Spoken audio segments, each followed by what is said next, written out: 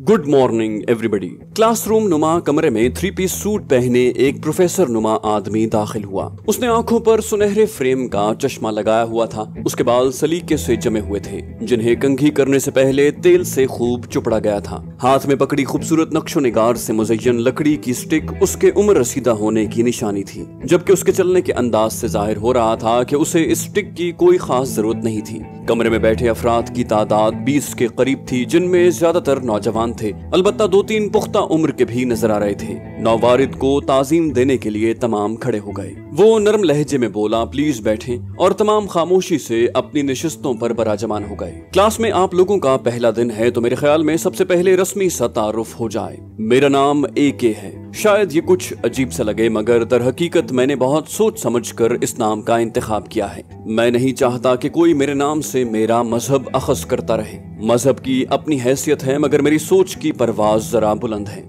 मैं सिर्फ इंसानियत पर यकीन रखता हूँ, क्योंकि मेरे फलसफे के मुताबिक ये जरूरी नहीं कि अच्छे आमाल, अच्छे अखलाक, हमदर्दी, इंसानियत की खिदमत किसी एक मजहब से ताल्लुक रखती है। कोई भी अकीदा, कोई भी मसलक, कोई भी मजहब अपना कर ये दावा करना कि ऐसा करने वाला खुदा का पसंदीदा बंदा है, ये बात महज झूठ और इफ्तरा तो हो सकती है, सच से इसका कोई वास्ता नहीं। बहरहाल ये बातें वक्तन फवक्तन होती रहेंगी। वैसे भी ये मेरा अपना नुक्ता नजर है, और मैं हर आदमी के नुक्ता नजर को काबिल एहतराम समझता हूँ। किसी पर अपने ख्यालात मुसल्लत करना मुझे अच्छा नहीं लगता। अब आप नंबर से अपना तारुफ करवाते जाएं, जो जाती नाम, अकामती शहर के नाम और तालीम पर मुश्तमिल हो। उसकी बात खत्म होते ही पहली रो में दाएं तरफ बैठा हुआ पहला लड़का खड़ा हुआ।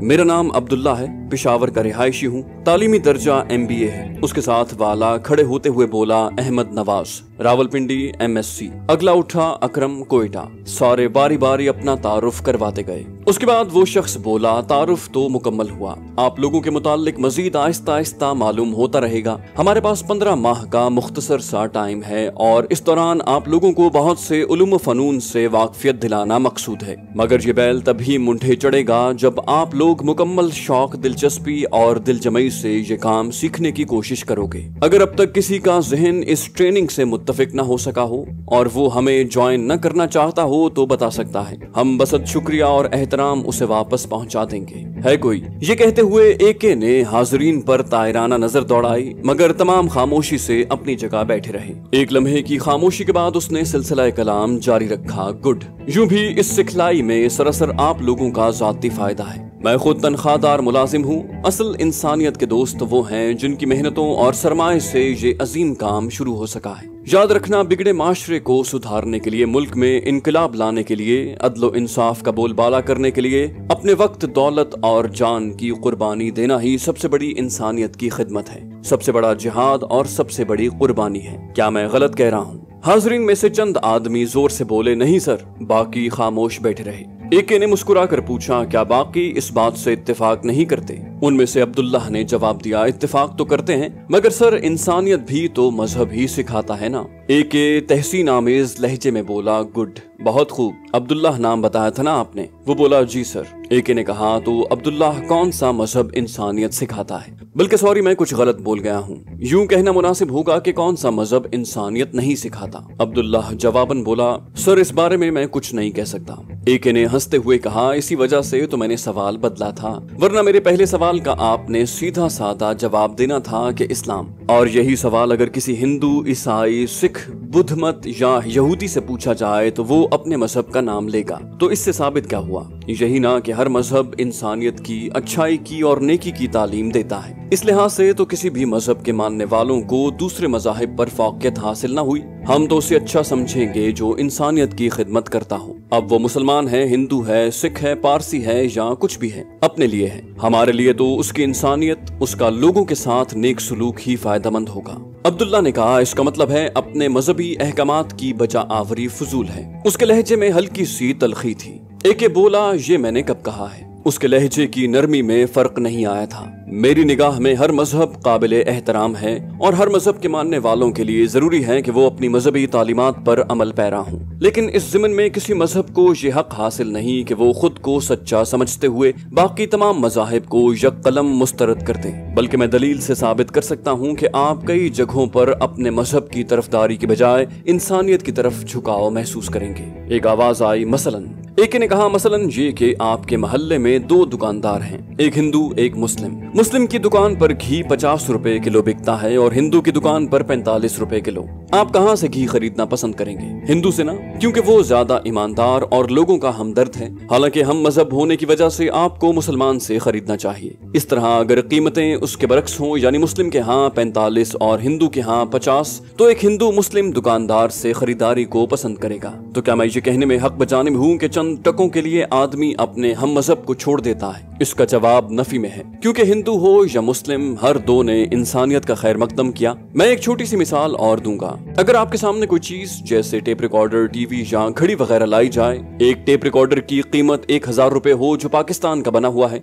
दूसरे टेप रिकॉर्डर की कीमत 2000 रुपए हो जो मेड इन जापान हो, आप कौन सा टेप रिकॉर्डर खरीदेंगे? जापान वाला, है ना? किस लिए? क्योंकि वो पायदार है। जापान की चीजें पाकिस्तान के मुकाबले में पायदार होती हैं और हर आदमी चाहता है कि जो चीज खरीदे एक दफा ही खरीदे। हालांकि पाकिस्तान मुसलमान मुल्क है और जापान बकौल आपके काफिर। तो क्या वजह है कि एक मुसलमान मुल्क की चीज पर काफिर मुल्क की चीज को तरजीह देना? मैं जिससे भी पूछूं वो बिला तकल्लुफ कह देगा कि पायदारी। एक जापानी कंपनी ने अपनी मसनूआत में ज्यादा ईमानदारी का मुजाहरा करते हुए अच्छा माल लगाया और हर खास व आम के लिए उसका माल पसंदीदा ठहरा। क्या मैं अपनी बात की वजाहत सही तरीके से कर सका हूँ? इस मर्तबा तमाम बैक आवाज होकर बोले, जी जनाब। एक ने कहा, गुड। बाकी जहाँ तक ताल्लुक है इस्लाम का, तो इस्लाम बहुत अच्छा और बहुत आला दीन है, मगर अफसोस के पाकिस्तान में उसका रस्मी सा नाम बाकी रह गया है। उमूमी तौर पर उसकी तालीमात की धज्जियां उड़ा दी गई हैं। अब आप में से काफी लोगों का ये ख्याल होगा कि पाकिस्तान में भी नमाजें पढ़ी जाती हैं,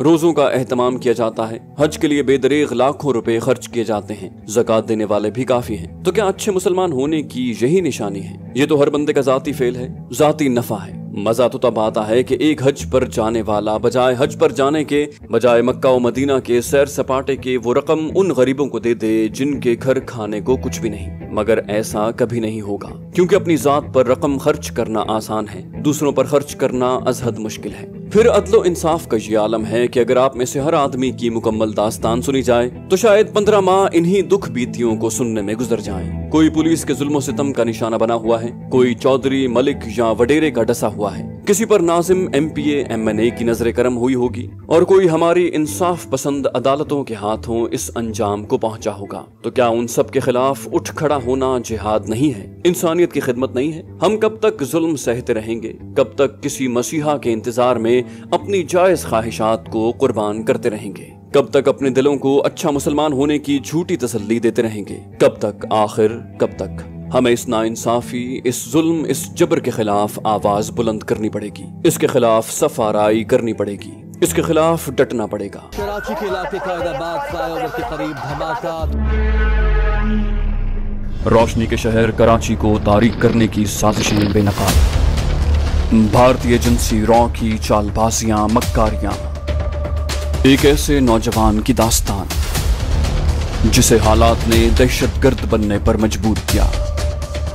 बदनाम जमाना एजेंसी ब्लैक वाटर के गलीज धंधे, पाकिस्तानी ISI के कारनामे, मुल्क की खातिर कुर्बानियां, स्नाइपर और भगोड़ा के बाद पेश खिदमत है रियाज आकिब कोहलर का एक और शाहकार नॉवल दलदल। बकौल शायर, ऐसे दस्तूर को, सुबह बेनूर को मैं नहीं जानता, मैं नहीं मानता। दीप जिसका महल्लात में ही जले, चंद लोगों की खुशियों को लेके चले, वो जो साए में हर मसलहत के पले, फूल शाखों पे खिलने लगे तुम कहो, चाक सीनों के सिलने लगे तुम कहो, जाम रिंदों को मिलने लगे तुम कहो, इस खुले झूठ को, जहन की लूट को मैं नहीं मानता। मैं भी खाइफ नहीं तख्ताएदार से, मैं भी मंसूर हूँ कह दो अगयार से, क्यों डराते हो जिंदा की दीवार से, जहल की बात को, जुल्म की रात को मैं नहीं जानता, मैं नहीं मानता। तुमने लूटा है सदियों हमारा सुकून, अब न हम पे चलेगा तुम्हारा फुसून। चारागर तुमसे मैं किस तरह ये कहूँ, तुम नहीं चारागर कोई माने मगर, मैं नहीं जानता, मैं नहीं मानता। और हमी ने गर्दिश दौरां का रुख बदलना है, हमारे साथ वो आए जो सर उठा के चले। एक एक की आवाज में बड़ा तरन्नुम और सोज था। तमाम के दिल अजीब किस्म के जज्बात से भर गए थे, ऐसे जज्बात जिनमें कुछ कर गुजरने की ख्वाहिश, कुछ खो देने का हौसला और कुछ पा लेने का अज़्म हो। वो बोला, क्या आप लोग इस नेक मकसद में मेरा साथ देने के लिए तैयार हैं? तमाम के मुंह से बेसाख्ता निकला, यस सर, हम तैयार हैं। एक ने कहा, ओके, मेरे पास 5 मिनट मजीद हैं, उसके बाद पीरियड खत्म हो जाएगा और इन 5 मिनटों में मैं आपको ट्रेनिंग के बारे में थोड़ा सा ब्रीफ कर दूं। कल से आपका पहला पीरियड सुबह 5 बजे शुरू हो जाया करेगा, जो कि 5 से 6 बजे तक जारी रहेगा। उस पीरियड में आपसे पीटी करवाई जाएगी, यानी फिजिकल ट्रेनिंग। उसके बाद 6 से 7 बजे तक नाश्ते की ब्रेक होगी। 7 से 8 बजे आप लोगों को मेरे साथ रहना होगा और ये पीरियड सिर्फ गपशप का होगा। 8 से 10 बजे तक आप लोगों को तमाम किस्म के हथियारों के मुतालिक सिखलाई दी जाएगी ताकि आप हर किस्म के हालात का मुकाबला कर सकें। 10 से 11 बजे तक आपको चाय की ब्रेक दी जाएगी। इस मकसद के लिए इस इमारत में, जिसे हम यूनिवर्सिटी कहते हैं, एक कैफेटेरिया बना हुआ है। वहाँ आप लोगों को हल्की फुल्की ग़िज़ा फराहम की जाएगी। आप लोग वहाँ से बगैर किसी अदायगी के हर चीज ले सकते हो। कैफे वाले को सिर्फ एक रसीद आपने साइन करके देनी है। और ये बात भी आप लोगों के लिए शायद दिलचस्पी का बायस हो कि इस यूनिवर्सिटी में बाकायदा क्लासें चलती हैं। अलबत्ता खुसूसी क्लास सिर्फ आप लोगों की है, बाकी सारे मकामी लोग हैं और उन्हें दाखिला इस वजह से दिया गया है ताकि हमारे असल काम पर पर्दा पड़ रहे, वरना शायद इंडियन हुकूमत को भी हमारा वजूद बर्दाश्त न हो। 11 से 1 बजे तक आपको खाली हाथ लड़ाई के मुख्तलिफ दाव पेच और तरीके सिखाए जाएंगे। 1 से 4 बजे तक दिन के खाने और आराम के लिए ब्रेक होगी। 4 से 6 बजे तक गेमें होंगी। 6 से 8 बजे तक रेस्ट और फिर रात 8 बजे से 9 बजे तक 1 घंटा स्टडी पीरियड होगा। रात का खाना 10 बजे खाया जाएगा और उसके बाद सुबह 5 बजे तक सोने का टाइम। हफ्ते की शाम और इतवार का दिन आपका मुकम्मल आराम होगा। इस सारे टाइम टेबल के बारे में किसी का कोई एतराज या मशवरा? तमाम खामोश रहे। अगर कोई मशवरा नहीं तो फिर 8 बजने में 1 मिनट रहता है। क्लासरूम से बाहर वेपन इंस्ट्रक्टर आपके इंतजार में खड़े हैं। वेपन इंस्ट्रक्टर्स ने उन्हें 2 ग्रुपों में तकसीम कर दिया था। हर ग्रुप में 10-10 आदमी थे। दोनों ग्रुपों को एक दूसरे से अलहदा लकड़ी की एक बड़ी सी टेबल के पीछे खड़ा कर दिया गया। आप लोगों में से कोई ऐसा बंदा जो इससे पहले किसी हथियार से वाकफियत रखता हो? 3 आदमियों ने हाथ खड़े कर दिए। जी सर। वो अब्दुल्ला, रहीम और फखर जमान थे। तीनों पठान थे। इंस्ट्रक्टर ने पूछा, कौन कौन से हथियार से वाकफियत रखते हैं? अब्दुल्ला ने जवाब दिया, क्लैशनकोफ, 12 बोर, 8mm और 303। इंस्ट्रक्टर बोला, गुड। और आप दोनों? इस मर्तबा इंस्ट्रक्टर का रूए सुखन रहीम और फखर जमान की तरफ था। दोनों बैक जबान बोले, क्लैशनकोफ सर। इंस्ट्रक्टर ने कहा, ओके, तो आज हम भी अपने सबक की इब्तिदा क्लैशनकोफ से ही करते हैं। ये कहकर इंस्ट्रक्टर ने टेबल के नीचे पड़ा हुआ बड़ा सा बक्स खोला और उसमें से चंद गन्ने निकाल कर टेबल पर सजा दी। फिर बोला, ये एक रूसी साइंसदान मिखाइल क्लैशनकोफ की इजाद है और उसी के नाम की निस्बत से इसे क्लैशनकोफ कहा जाता है। AK-47 और मशीन गन भी इसी हथियार के नाम है। इसे पाकिस्तान और इंडियन आर्मी में सब मशीन गन कहा जाता है। इसकी बहुत ज्यादा किस्में हैं, जिनमें से चंद एक आपके सामने पड़ी हैं। ये वो हथियार है कि पहली दफा बनने के बाद से लेकर आज तक हर दिल अजीज चला रहा है और बहुत ज्यादा ममालिक इसे बना रहे हैं। इसे खोलने के लिए सबसे पहले इसकी मैगजीन को ये कैच दबाकर इसे अलहदा करें। वेपन इंस्ट्रक्टर ने उन्हें मैगजीन कैच दिखाकर मैगजीन को गन से अलहदा कर दिया। गन की तरह इसके साथ मैगजीनें भी मुख्तलिफ अकसाम की मिलती हैं। जैसे आप देख सकते हैं कि ये सबसे छोटी मैगजीन है। इंस्ट्रक्टर ने उनकी आंखों के सामने एक मैगजीन लहराई। इसमें 30 राउंड आते हैं, जबकि इसके अंदर 40 राउंड आते हैं। वो एक दूसरी मैगजीन उठाते हुए बोला और फिर उसे भी वापस रखकर उसने एक गोल मैगजीन की तरफ हाथ बढ़ाया और इस मैगजीन में 75 राउंड आते हैं। मैगजीन में राउंड भरने के लिए आप राउंड को मैगजीन के दोनों किनारों के दरमियान रखें, जिन्हें मैगजीन के लिप्स कहा जाता है, और फिर नीचे की तरफ दबाएं, लेकिन ये ख्याल रहे कि बुलेट का रुख उस समत हो। इंस्ट्रक्टर का इशारा मैगजीन की कटी हुई जानिब था। अब राउंड लोड हो गया है। इसी तरह बाकी राउंड भी एक एक करके इसमें डालते जाएं। याद रखें कि ये एक फुल ऑटोमेटिक और सेमी ऑटोमेटिक हथियार है, यानी इससे आप सिंगल राउंड भी फायर कर सकते हैं और ब्रस्ट भी। ऐसा करने के लिए आपको इसके सेफ्टी लीवर को मुनासिब जगह पर सेट करना होगा। इंस्ट्रक्टर ने गन उठाकर उन्हें सेफ्टी लीवर की मुख्तलिफ पोजीशनें चेक करवाई और फिर पूरे 2 घंटे वो उन्हें क्लैशनकोफ की मुख्तलिफ अकसाम दिखाकर उनके मुताल्लिक मालूमात मुंतकिल करता रहा। दरमियान में उसने सिर्फ 5 मिनट की ब्रेक दी थी। 10 बजते ही वो बोला, अभी टी ब्रेक का टाइम हो गया है। मिस्टर कामरान आपको TD कार्ड इशू करेगा। इन कार्ड्स की मौजूदगी में कैफेटेरिया और कैंटीन पर आपको मुफ्त सर्विस की सहूलत मैसर होगी। इस्माइल शाह ने झिझकते हुए पूछा, सर आपका नाम पूछ सकता हूँ? इंस्ट्रक्टर दिलफरेब अंदाज में मुस्कुराया, पूछ लो। उसकी बात सुनकर तमाम हंस पड़े। इस्माइल भी उसी लहजे में बोला, तो फिर बता दें सर। इंस्ट्रक्टर बोला, सिकंदर, और इसका काशिफ है। सिकंदर ने दूसरे ग्रुप के इंस्ट्रक्टर की तरफ इशारा किया। सिकंदर की बात खत्म होते ही एक उधेड़ उम्र बावकार शख्स बोला, और मैं कामरान हूँ। वो जाने कब उनके करीब आकर खड़ा हो गया था। अगले चंद मिनट में कामरान हर आदमी को एक सुर्ख रंग का कार्ड इशू कर चुका था, जिसके दरमियान में एक मखसूस नंबर खुदा हुआ था, जबकि कार्ड की पुश्त पर किसी नामानूस जबान के चंद लफ्ज लिखे हुए थे। और फिर कामरान ही तमाम को कैफे में ले गया। वो एक बहुत बड़ा हॉल था। कैफे में दाखिल होते ही तमाम शिश्तर रह गए थे, क्योंकि हॉल मुख्तलिफ किस्म के लड़कों और लड़कियों से भरा हुआ था। उन्हें यूं लगा जैसे वो किसी बारौनक बाजार में पहुंच गए हों।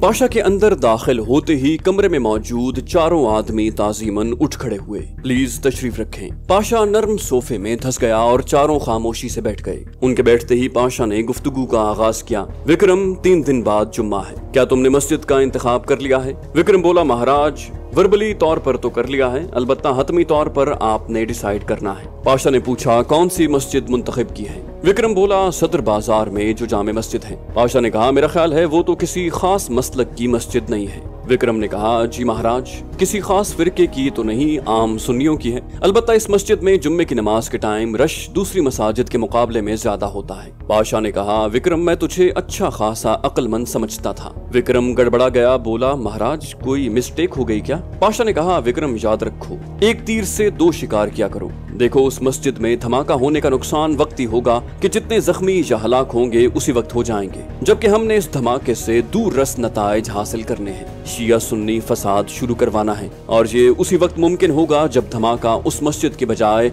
आशिकाने सहाबा ग्रुप की मस्जिद में हो। विक्रम ने कहा, बिल्कुल महाराज, बजा इरशाद फरमाया आपने। पाशा ने कहा, तो ये तुझे पहले सोचना चाहिए था। विक्रम ने कहा, आइंदा ख्याल रखूंगा सर। पाशा बोला, बलवंत, तुम खादिम हुसैन यानी राम प्रसाद की जगह तरक्की पा गए हो। पाशा विक्रम के साथ बैठे घनी मूछों और लंबूतरे चेहरे वाले आदमी से मुखातिब हुआ। तुम्हें अपने टास्क का तो पता होगा, अब तक क्या कुछ किया है इस सिलसिले में? बलवंत ने गला खनकार कर कहा, महाराज, औरंगजेब क्लर्क से राब्ता करने से तो आपने खुद मना कर दिया था। ले दे के एक मतलूब ही वहाँ रह गया है। मैंने उससे मुलाकात की थी। उसका कहना है कि हमारी मतलूबा फाइल औरंगजेब की कस्टडी में ही है। अगर मतलूब को दरमियान में रखा तो वो ठीक ठाक कमीशन लेने की कोशिश करेगा, जबकि उसके बरक्स औरंगजेब से राब्ता किया जाए तो एक तो रकम कम खर्च होगी, दूसरे खतरा भी उतना ज्यादा नहीं होगा। पाशा ने कहा, बात को उलझा रहे हो। औरंगजेब से राब्ते पर खतरा किस तरह कम हो जाएगा, जबकि हमें खतरा उसी से है। बलवंत ने कहा, महाराज, चार्ज संभालते ही मैं बाकायदगी से औरंगजेब की निगरानी करवा रहा हूँ। अगर वो खुफिया एजेंसियों की नजर में आ गया होता तो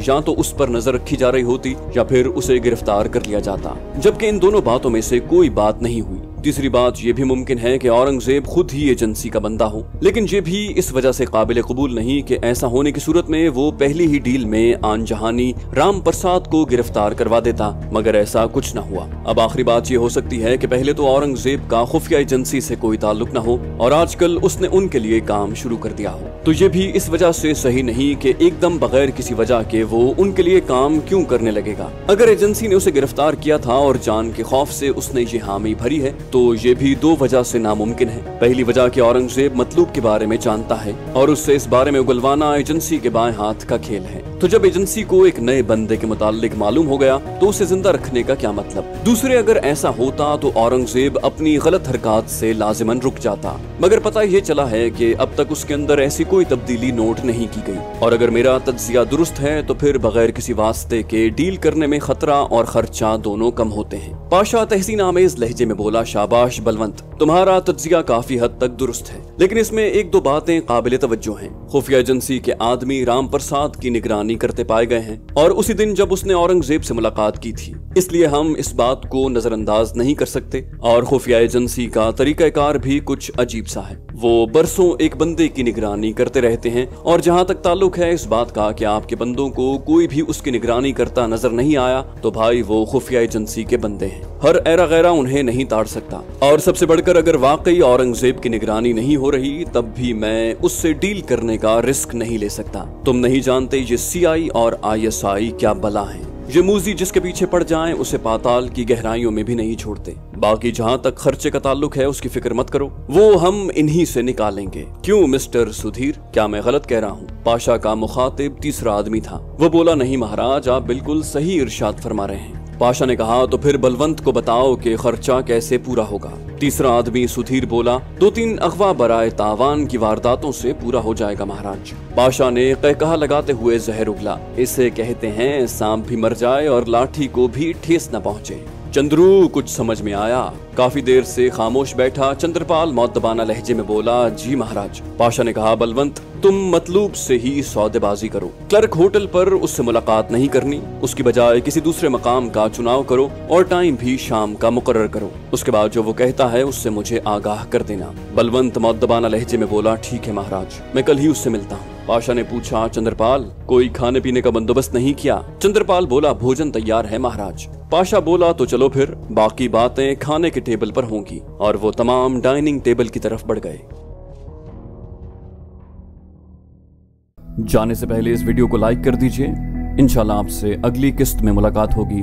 तब तक अपना और अपने इस चैनल का ख्याल रखिएगा। अल्लाह हाफिज।